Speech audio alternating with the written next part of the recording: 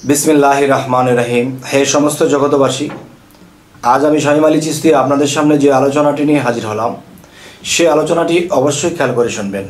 आजकेर आलोचनाटी होबे जे मानुष कोन कोन खाबार खाइले सेई मानुषगुलोर मध्य जे अहंकार, निंदा, काम, क्रोध विभिन्न पापेर काजे लिप्त हय।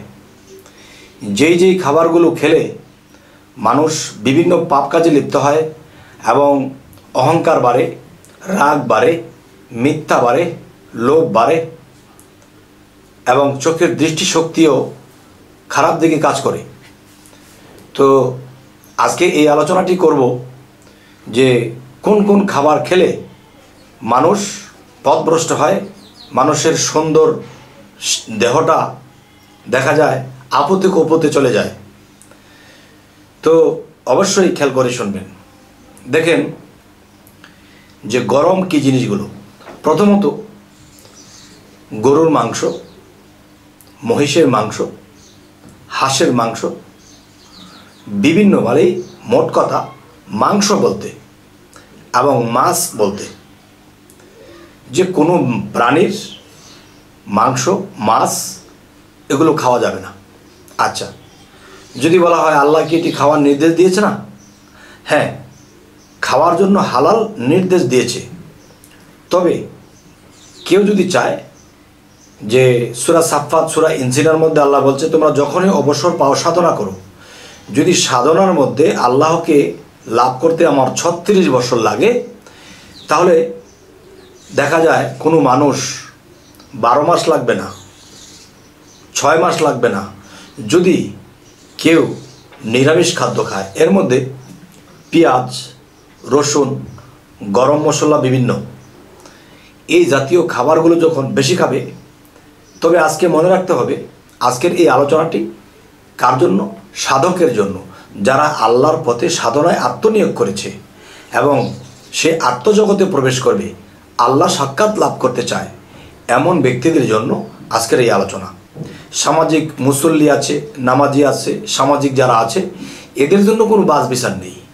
যে কোনো মাংস, যে কোনো মাছ, যে কোনোভাবে যে কোনো মশলা, যে কোনো খাবার খাচ্ছে, এদের কোনো নিষেধ নেই। কিন্তু কেউ যদি চায় যে আমার শরীরটাকে শীতল রাখবো, রাগ কমাবো, অহংকার কমাবো এবং বিভিন্ন খারাপ দৃষ্টিশক্তি থেকে আমি বিরত থাকবো, তাহলে সেই সব লোকেদের জন্য আজকের এই আলোচনা। দেখবেন পেঁয়াজ, রসুন জিনিসটা গরম জাতীয়। আচ্ছা, পেঁয়াজের মধ্যে এবং রসুনের মধ্যে একটা ভেদ আছে, সেই ভেদে যাব না। আচ্ছা, আরেকটা বিষয় হলো যে মাংস যখন মানুষ অতিরিক্ত বেশি খাবে তখন কি হবে? তার শরীরের মধ্যে উত্তাপ থাকবে, আর সেই উত্তাপে তার শরীরের ভেতরটা কেমন থাকবে?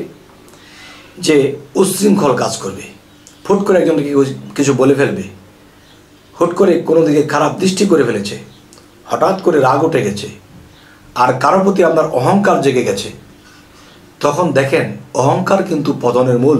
এই অহংকার করার কারণে পৃথিবীতে অনেক মানুষ, এই অহংকার করার কারণে মানুষের আমল নষ্ট হয়, সাধনা নষ্ট হয়, সুন্দর মন নষ্ট হয়।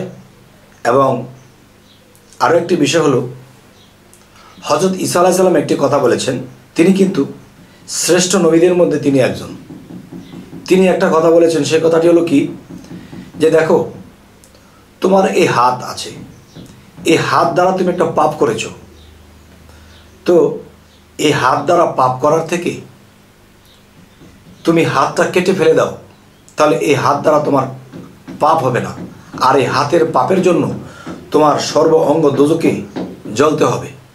এক, তোমার চোখ দুটো দিয়ে কুদৃষ্টি করলে, তখন এই চোখ দ্বারা যখন আমার কোনো জেনা হবে, এই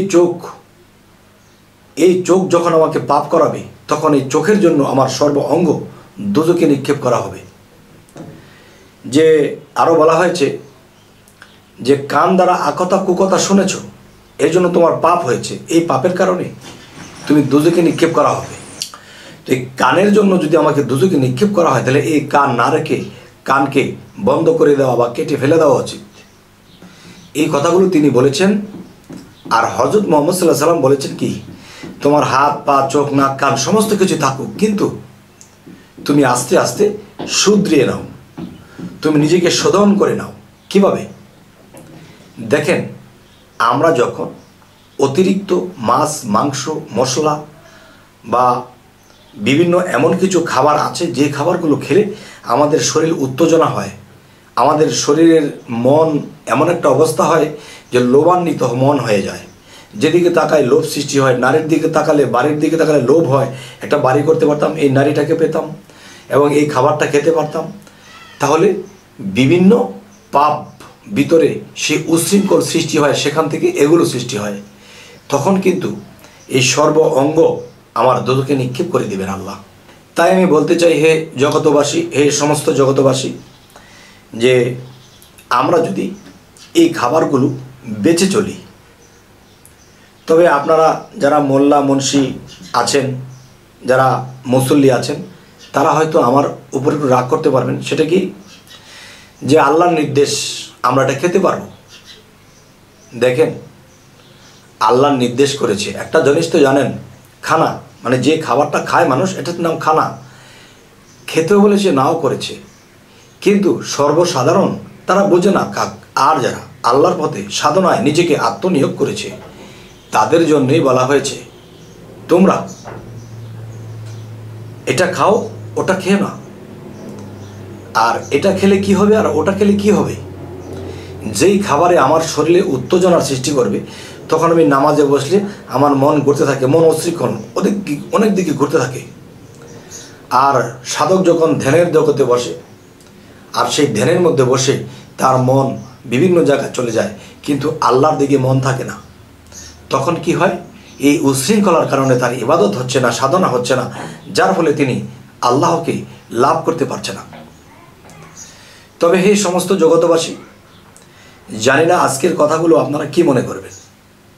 আচ্ছা, তাহলে ঈসা আলাইহিস সালাম বলেছে, অঙ্গ প্রত্যঙ্গর কারণে যদি আমার দোজখেই যেতে হয়, তাহলে এই অঙ্গ প্রত্যঙ্গ রাখবো না।